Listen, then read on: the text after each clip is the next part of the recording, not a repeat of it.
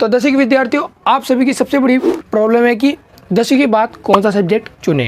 क्योंकि क्या होता है कि या तो आप अपने दोस्तों को देखकर गलत सब्जेक्ट चुन लेते हो या फिर किसी रिश्तेदार के कहने पर आप गलत सब्जेक्ट चुन लेते हो, जो कि आपकी सबसे बड़ी गलती होती है। और अगर आपने गलत सब्जेक्ट चुन लिया तो आपको आगे जाकर पछताना पड़ सकता है। तो दोस्तों, इस वीडियो को अंत तक जरूर देखना, क्योंकि आज मैं आपको बताने वाला हूँ, साफ साफ बताने वाला हूँ कि विज्ञान, कॉमर्स और आर्ट्स में से आपके लिए कौन सा सब्जेक्ट सबसे सही रहेगा, कौन सा अच्छा रहेगा।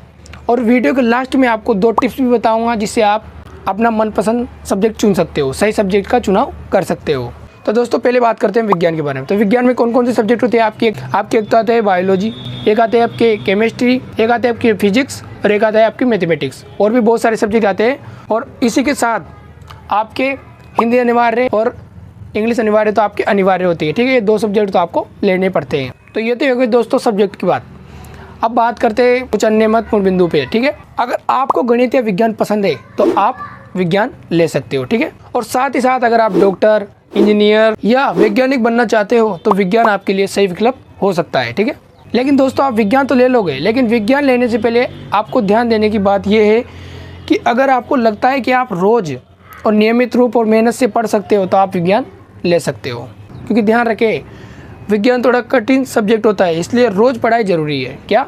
रोज़ पढ़ाई ज़रूरी है। उसके बाद बात करते हैं दोस्तों वाणिज्य यानी कॉमर्स।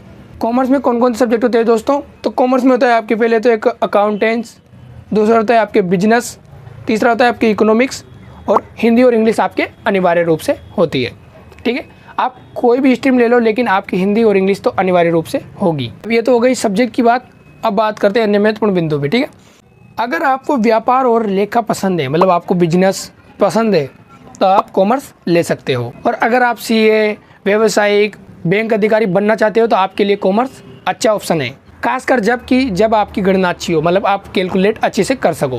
क्योंकि दोस्तों, कॉमर्स एक समझदारी भरा सब्जेक्ट माना जाता है, इसलिए सोच समझ कर ही कॉमर्स का चुनाव। अब बच्चों का सबसे पसंदीदा सब्जेक्ट है कला संस्कृति, जो कि आपके आर्ट्स। ठीक है, तो अब बात करते हैं आर्ट्स के बारे में। तो दोस्तों, आर्ट्स में 1 या 2 सब्जेक्ट नहीं है, क्योंकि इसमें बहुत सारे सब्जेक्ट है अनेक। जैसे मुख्य रूप से देखें, history, geography, political science, economics, sociology, psychology, Hindi और इंग्लिश, संस्कृत, ये आपके 3 साहित्य होते हैं।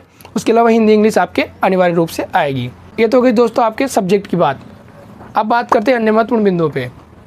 अगर आपको इतिहास, राजनीति, भूगोल जैसे विषय पसंद है तो आप आर्ट्स ले सकते हो। और साथ ही साथ अगर आपको प्रतियोगी परीक्षा की तैयारी करना चाहते हो तो आप आर्ट्स ले सकते हो। और आर्ट्स में अवसर भी बहुत ज़्यादा है, क्योंकि आर्ट्स में आप चपरासी से लेकर कलेक्टर तक भी बन सकते हो। तो यह है दोस्तों आर्ट्स की पावर। लेकिन ध्यान रखिए, आर्ट्स कमजोर छात्रों के लिए नहीं है, इसमें भी बहुत मेहनत करनी पड़ती है दोस्तों। ठीक है, तो दोस्तों अब बताता हूँ आपको सब्जेक्ट चुनने की 2 टिप्स, जिसका आप बेसब्री से इंतजार कर रहे हो। तो दोस्तों, पहला तो देखिए आपका इंटरेस्ट।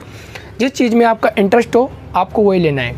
जैसे मान लो आपका इंटरेस्ट है इतिहास में, तो इतिहास किस फील्ड में जाएगी? आर्ट्स वाले में। तो आपको क्या करना है? आर्ट्स लेना है। ठीक है, अब मान लो आपको साइंस में दिलचस्पी है तो आपको साइंस लेनी है। उसके अलावा अगर आपको कॉमर्स में दिलचस्पी है, आपको कॉमर्स लेनी है। आपको अपने इंटरेस्ट के अनुसार लेनी है, मतलब जिसमें आपकी रुचि हो, जिसमें पढ़ने में आपका मन लगता हो, वो आपको लेना है।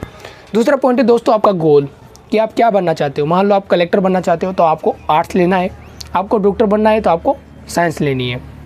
उसके अलावा अगर आपको बैंक अधिकारी बनना है या सीए बनना है या बिजनेस करना है तो आपको कॉमर्स लेनी है। तो ये 2 टिप्स आपके लिए बहुत खास होने वाली है दोस्तों।